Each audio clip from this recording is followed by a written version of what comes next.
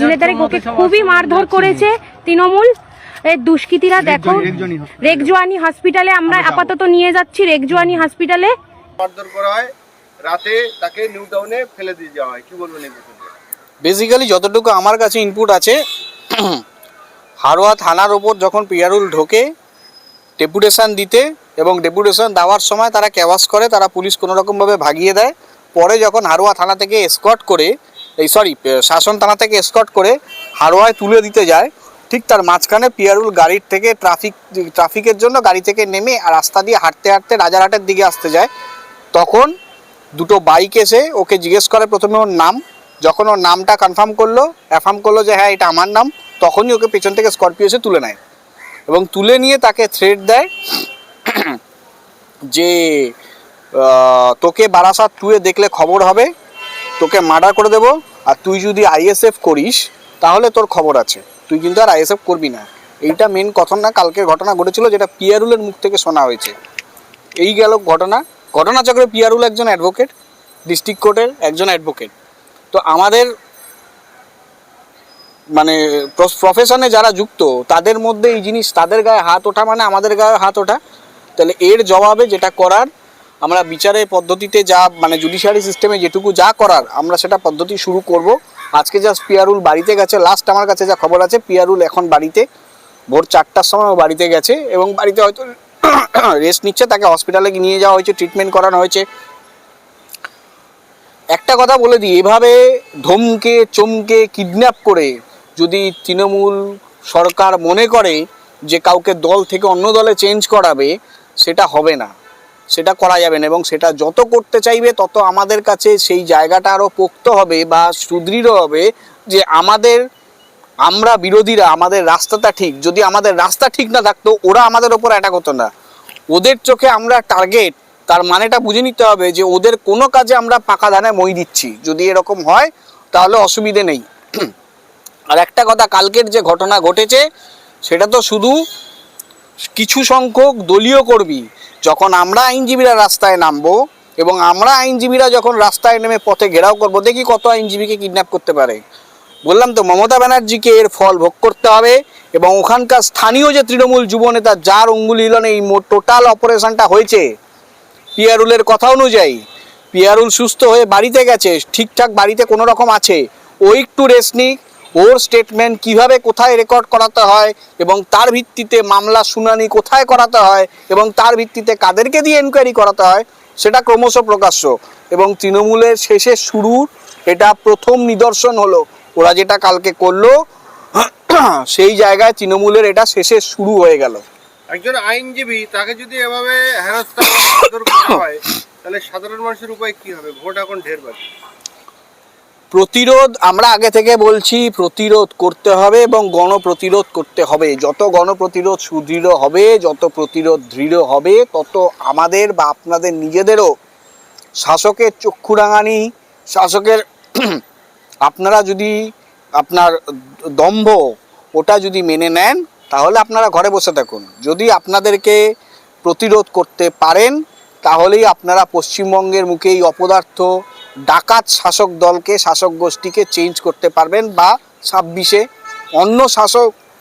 অন্য দলকে ক্ষমতায় আনতে পারবেন।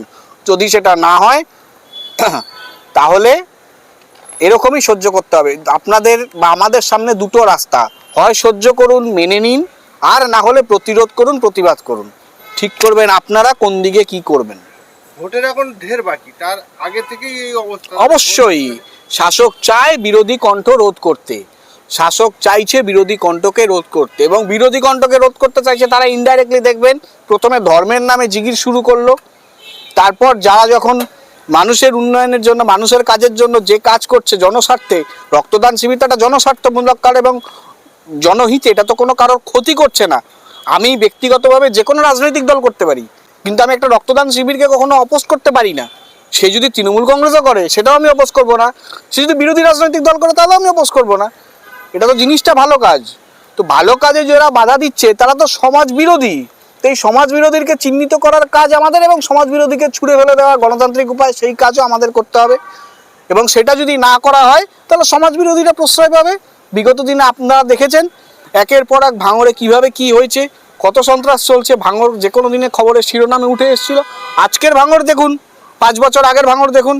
আজকের ভাঙড়ে প্রথমে মেলে নওশাদ সিদ্দিকী, যিনি কিনা বই খাতা পেন বিলিয়েছে। বিগত দিনের ভাঙড়ে ছেলেদের হাতে মদের বোতল, ছেলেদের হাতে পেটো, দেশি বোম, দেশি পিস্তল এগুলো হতো। তো যুগের আমাদেরকে ঠিক করতে হবে আমরা কোন ভাঙড়কে চাই এবং ভাঙড়কে কেন্দ্র করে কোন পশ্চিমবঙ্গকে চাই, যেটা শিক্ষা দেবে, যেই পশ্চিমবঙ্গ শিক্ষা দেবে গোটা ভারতকে। আমরা একটা প্রথমে বাংলা একটা কথা ছিল, Bengal things today, India things tomorrow. Bangla যেটা আজকে ভাবে গোটা দেশ সেটা কালকে ভাবে। এখন হয়েছে এটা অন্য, যেই চুরির পদ্ধতি বাংলা আজকে ভাবে, গোটা রাজ্য কেন গোটা দেশ সেই চুরির পদ্ধতি নিয়ে রিসার্চ করে এবং গোটা দেশের বাইরেও সেই চুরির পদ্ধতি হয়। বিগত দিনে আপনারা আরজি কর দেখেছেন, গোটা দেশ গর্জে উঠেছিল এই পশ্চিমবঙ্গ থেকে। ঘটনা উত্থান, অকারেন্স অফ ক্রাইম অফ মানে অকারেন্স অফ প্লেস পশ্চিমবঙ্গ। ভাঙড়ে দেখুন পশ্চিমবঙ্গ, আপনারা পশ্চিমবঙ্গে এনসিআরবি রিপোর্ট যদি দেখেন ক্রাইমে কত নম্বর জায়গায় আছে আর বিহার কত নম্বর জায়গায় আছে সেটা দেখবেন। আমি বিহারকে ছোট করছি না, কিন্তু থিং ইজ দ্যাট আগে ক্রাইমে এনসিআরবিতে রিপোর্টে বিহার, ছত্তিশগড় এই সমস্ত স্টেটগুলো আগে থাকতো। এখন পশ্চিমবঙ্গ আগে চলে গেছে, বিহার ছত্তিশগড় নিচে চলে গেছে। মানে কি, বিহার ছত্তিশগড় ডেভেলপ করছে, পশ্চিমবঙ্গ ক্রাইমে ডেভেলপ করছে। কারণ অভিষেক বন্দ্যোপাধ্যায় তিনি বলেছেন ভাঙড় আমাদেরকে জিততে হবে, এই জায়গা থেকে কি বার্তা দিতে চাচ্ছেন তিনি? হ্যাঁ, উনি ভাঙড় জিততে হবে, খুনের রাজনীতি করে ভাঙড় জিততে চায়। উন্নয়নমূলক প্রকল্প করে ভাঙড় জেতার ক্ষমতা ওনার বা ওনার পিসি বকলমে। অন্য সম্পর্কের দিকে আমি গেলাম না, ওই পিসি ভাইপোটাই আমি রাখলাম।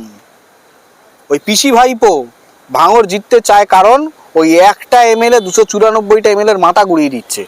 উনি একবারও বললেন না নন্দীগ্রাম জিততে হবে, যেখানে ওনার পিসি হেরেছে।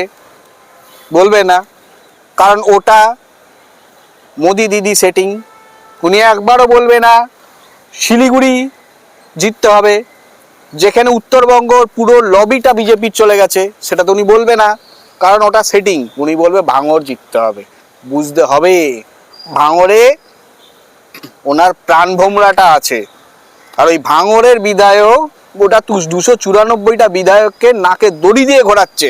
একটা এমএলএর পাওয়ার কতটা, একটা এমএলএ কত মাইনে পায়, সে যেভাবে প্রকাশ্যভাবে বলে বেড়াচ্ছে, সেটা জানলে সাধারণ মানুষের খুব বড় বিপদ। আমরা যারা আইনের সাথে জড়িত তারা আমরা জানি, সাধারণ মানুষ জানেন না।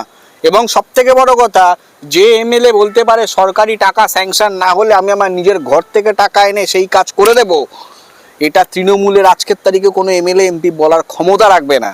যদি বলতে পারে তাহলে নওশাদ সিদ্দিকী ছাড়ুন, অন্য কোনো এমএলএরা ছাড়ুন, তাহলে তো তৃণমূলের ওই নওশাদ সিদ্দিকী তো পরিষ্কার বলছে তাহলে আমি রাজনীতি ছেড়ে দেবো।